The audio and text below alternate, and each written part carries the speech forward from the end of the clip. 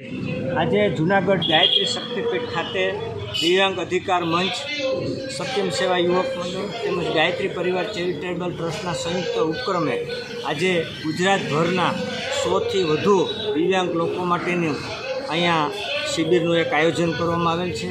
સરકાર તરફથી જે મળતા લાભો છે, ખાસ કરીને દિવ્યાંગોને મળતા લાભો સરકાર તરફથી મેરેજ હોય, વિકલાંગ હોય ને એને સરકારના જે યોજના હોય ને બીજી અન્ય કોઈ સહાય મળતી હોય અથવા પોતે પગભર થાય એ માટેની આજે આ શિબિરનું આયોજન કર્યું। આમાં સમાજ સુરક્ષા અધિકારી, આ ઉપરાંત અમુદાનભાઈ ગઢવી, વિક્રમદાનભાઈ ગઢવી, મુકેશભાઈ મેઘનાથી, નાગભાઈ વાળા સંયુક્ત ઉપક્રમ આજે 2 દિવસનો ગાયત્રી મંદિર દ્વારા અહીંયા પટાંગણમાં કાર્યક્રમ રાખ્યો। 2 દિવસ એમને જમવાનું અને અન્ય પુરસ્કાર રૂપે પણ ત્રણેય સંસ્થા દ્વારા આ દિવ્યાંગોને આપવામાં આવશે અને આ દિવ્યાંગોને વધુને વધુ સવલત મળે એના મારા પ્રયત્ન। દિવ્યાંગ છે પણ દિવ્યાંગ નથી, ભગવાને ઈશ્વરને દિવ્યાંગ આપ્યા છે, એનામાં આંતરથી ઘણી બધી બીજી શક્તિઓ આપી છે કે જે કામ કરી શકે। એની આજે શિબિર હતી, ખૂબ સરસ આ આયોજન થયું અને વધુને વધુ દિવ્યાંગ ગુજરાતભરના દિવ્યાંગોના પ્રમુખ અને ઉપપ્રમુખોને જ આજે અમે આ બોલાવ્યા અને આ સુંદર મજાનો આ કાર્યક્રમ થયો।